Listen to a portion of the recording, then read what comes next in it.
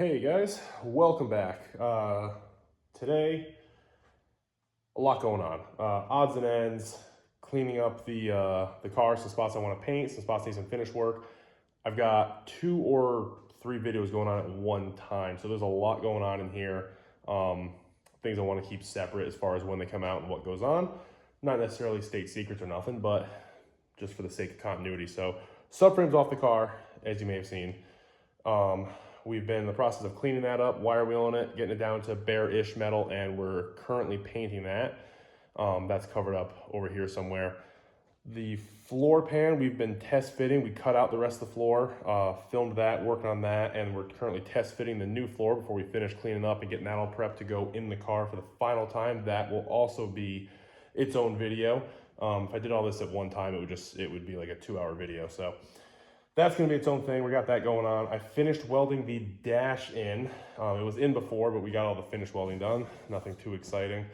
So while I get ready to put some more paint on the subframe, which I'll also be filming in a different video, we've got some other stuff to do to get ready for some more finish work on this bad boy. So firewall is all red oxide, and I didn't know if that was permanent or temporary when I did it. Turns out it's temporary. So we're gonna strip all that off. I'm gonna try to cheat and use some acetone, just wipe it down, see how well it comes off. At the very least, soften it up. And if we have to, we'll take a wire wheel to it or whatever we have to do, because we've got a new plan there.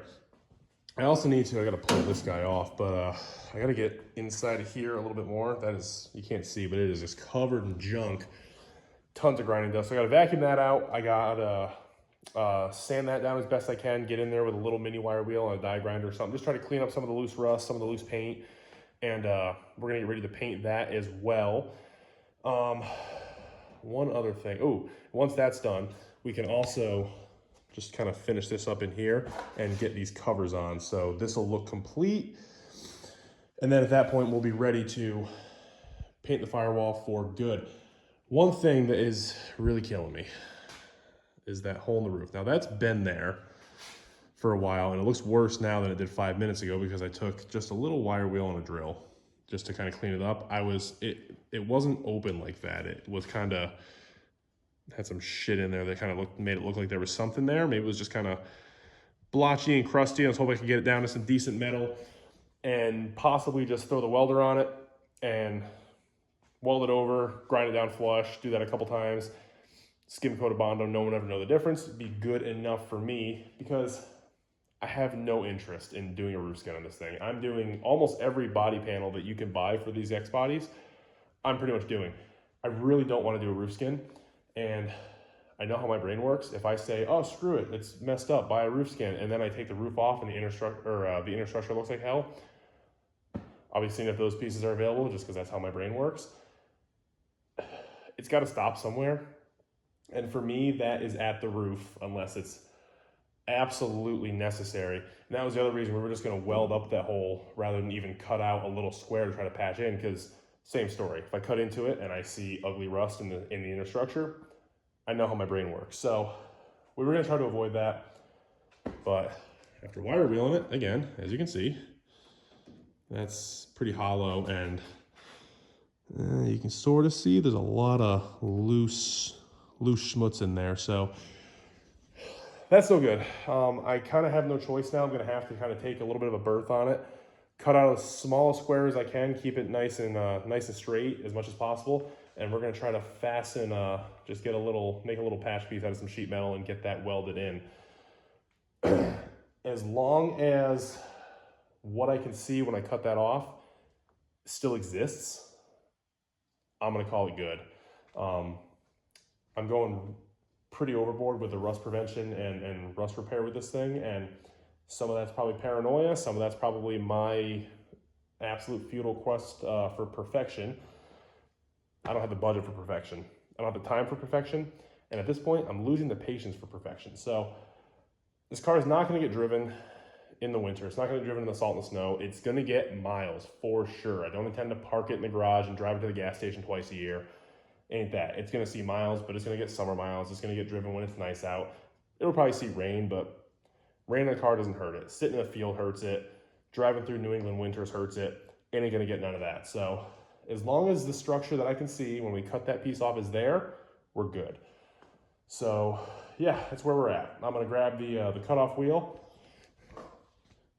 cut off the ugliness, and we'll, like I said, move on over here and start cleaning up and getting ready for some more stuff. And then we've got a lot more work I gotta do tonight that I'll be filming and talking to you guys in a different video. So stand by.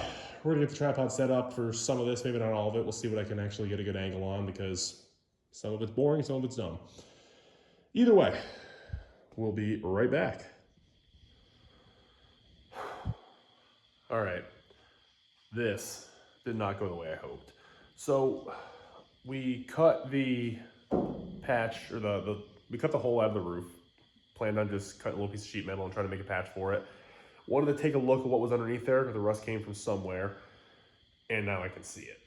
And it's not good. This hole is actually bigger than I planned on it being, because I wanted to see how far back it went, and I haven't found the end of it yet. So we only kind of had it, you know, here to maybe, yeah, probably here originally. I'd say here to maybe here, and a little bit shorter. But that's no good. So if you've never been into the roof of one of these, this is your inner structure. What you can see, this little bit that's left right here, this, see, it's a separate piece right there, and comes down here. It should be straight across. All this is your drip rail. So drip rail is just one piece that goes underneath the roof, welds to your inner structure, and then it comes out here as your drip rail. It goes all the way down. So that's gone. A lot of this was just dust and powder when I got this off, and probably stopped here. I hit it with the chintziest wire wheel that I have, and it just exploded and blew apart. That's problem number one. Problem number two is, as you can see, the inner structure, while it doesn't have any holes in it just yet, it's scaly and pretty ugly. I don't know how much life it has left in it. And at the very least, if I'm not gonna screw with this and replace and cut anything, I at the very least would want to get in here, wire wheel it, and, you know, put something on it, some kind of rust converter or something, just to try to seal it up a little bit. That's problem number two. Problem number three, and this is where I'm going to contradict a lot of the things I usually think. This is some kind of foam or some kind of seam sealer or urethane seal. I don't know what it is, but it's in there. Does not come out easy, but it's definitely had moisture on it. I can tell, you can see it. And it looks like you can see some daylight through there from inside the car. It looks like this is where they came in and they shot this stuff in here to seal it up. My guess is that they had water coming into the car at some point, and probably where the hole started here. How the moisture got in there originally, no one will ever know, just it happens. But rather than fix it properly, they just went in from the inside, sealed it up with this nonsense, and then threw fiberglass or Bondo or some kind of filler over the hole in the outside, sanded it down, and hit it with paint.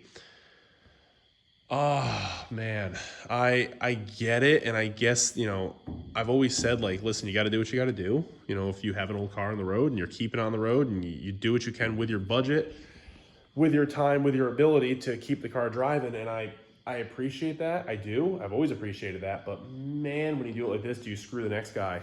And unfortunately, I'm the next guy. So that was never the fix. All it did was let whatever was in there just fester and get worse. So I don't know what I'm gonna do. I also, once I found that, I went to the back to look at another thing. I didn't even talk about this. We had this hole right here that looks like it was something similar, and I wasn't sure if it was in the lead seam or not. Like, I was hoping maybe that was just something that was normally filled in with lead. They looked kind of funny, or a piece of lead that had kind of chipped off or flaked out or something. So I went ahead and ground this and just melted the lead seam out to see where that ended. Well, that's pretty obvious. It ends there, the hole's here. So that hole is also part of the roof skin. And I'm guessing it's a very similar story. I bet you if I cut this whole strip off, I bet you all of this is rusty. I bet you the entire drip rail flange is rusted to hell. And I'd probably find a lot more of this garbage. I started looking, you can't really see, it's a little dark and I have a light on me, but that's lovely. I'll try to block the light. I'm not doing a good job. It's kind of crusty even up inside of here. Oh boy, the light's really giving it to me. Up in the channel where the drip rail is, it's pretty crusty. So that's obviously where the problem is. And it's also obviously gotten into the inner structure to a point. How bad? I don't know. But now I'm struggling with, do I just bite the bullet and buy a roof skin and do it when I do the quarters? Or do I just wire wheel what I see, paint it with something, get as much of that, you know, filler or sealer or whatever it is out of there as I can, patch it back together and call it good. I don't know if my OCD is gonna let me do that, so that's gonna be a decision. So that's dead in the water. And it's kind of got me thinking about some stuff. So let me switch you guys over to the tripod, and we're gonna chat a little bit hot rod reality and quite frankly YouTube reality as well. So stand by. I'm gonna sit down and get you guys set up, and we'll have a little chat.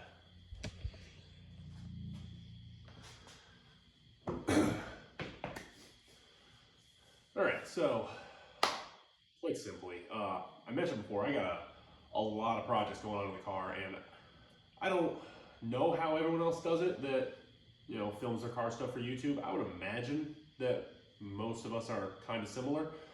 I try to have something that I'm working on, film it, you know, a little bit of continuity, and you know, put it out as kind of a start to finish, something that has a little bit of a conclusion to it. So it can be tough if you have something that's a little bit long term. Like a floor pan has been a long term thing. You know, my dad wanted to help me with it, and it took a lot of work to get the old floor out and, you know, fit in the new floor and all that. So that's not something that happens overnight, especially with the amount of free time I have, which is none.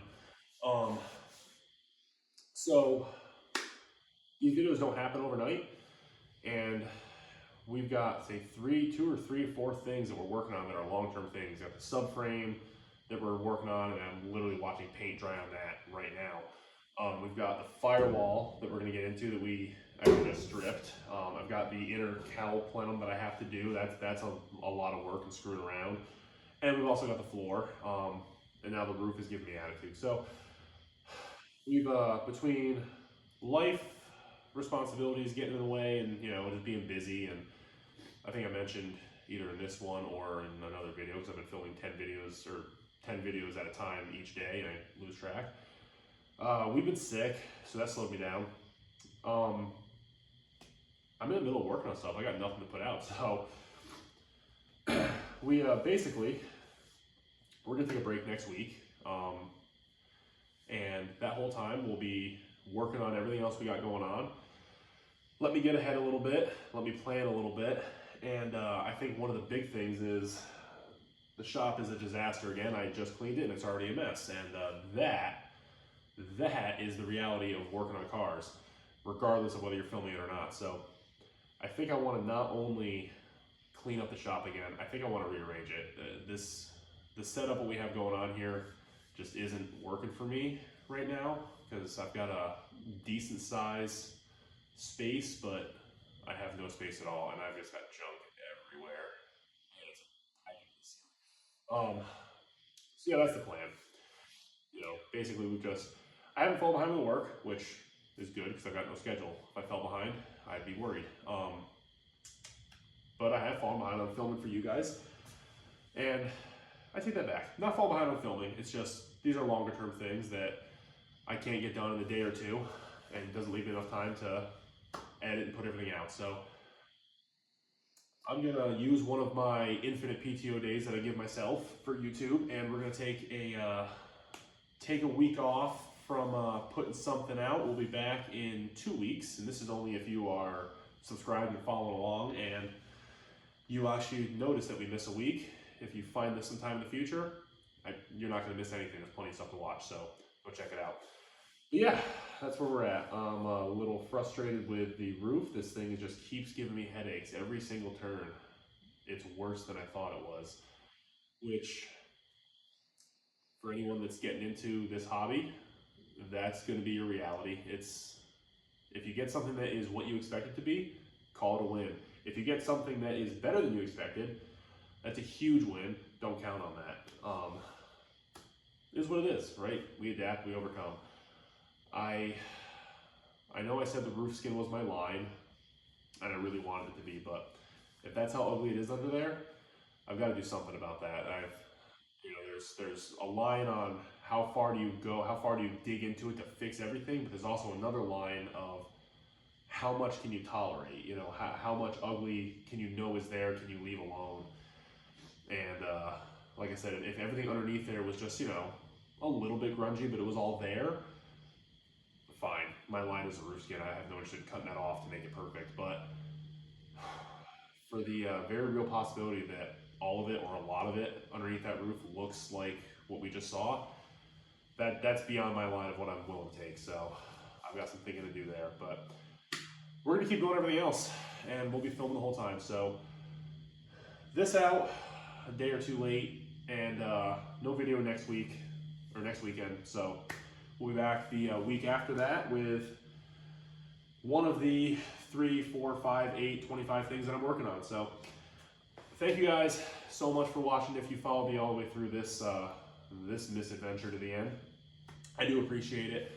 Make sure you subscribe. I do appreciate that as well. Like the video, or don't like the video, because I don't like this video because I'm still mad about the roof. But please do get down in the comments and leave me a comment. That's been probably my favorite part of this so far. My favorite part of owning these cars so far. You meet a lot of cool people, and you know, the internet, you can meet cool people. So thanks a lot, guys. We'll see you in 2 weeks.